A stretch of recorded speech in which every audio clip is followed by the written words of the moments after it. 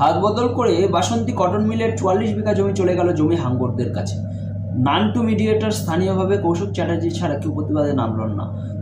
CPM Sodepur traffic মোড়ে 2 kilometre দূরে একটা দায়সারা প্রতিবাদ সভা করলেন। কামারহাটি প্রবর্তক জুট মিল বন্ধ হয়ে গেল, প্রায় 900 কর্মী আচমকা কর্মহীন হয়ে গেল। মদন মিত্রর কথা ছেড়েই দিল। ট্রেড ইউনিয়ন নেতা মানস মুখার্জি কোথায় আপনি? হাওড়ার ফোর্ট গ্লাটার বড় ঝিল ভরছে নবান্নের দল করে। নেতারা কোথায়? সেই জেলায় সব পার্টি। আলিপুর জেলের কয়েক বিঘে খেলার মাঠ হাত বদল হয়ে পাঁচিল দেওয়া হয়েছে, ভিডিও পেলাম। ববি ভাইপো মমতা দলগতভাবে কত পেলেন?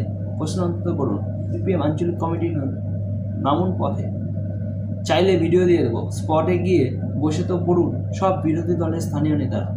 বামেরা ভেনেজুয়েলিয়ানে একটু ব্যস্ত, কারণ সঠিক। কলকাতা জুড়ে মিছিল করছে, সেটাও সঠিক, কিন্তু কলকাতার মানুষের ভোট চাইতে গেলে এগুলো ইস্যু অস্বীকার করবেন।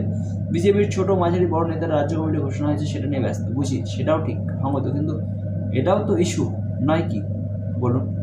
শুধু ভাবুন, মমতা ব্যানার্জি থাকলে, বুদ্ধবাবু এটা করলে তখন আলিপুরও অবরোধ হয়ে যেত, নয় কি? কমেন্ট বক্সে গাল দেওয়ার আগে প্রশ্ন নিয়ে ভাবুন, ভাবা অন্তত চক্ষু লজ্জার খাতিরে প্র্যাকটিস করুন। লাভ ভোট বক্সে হবে।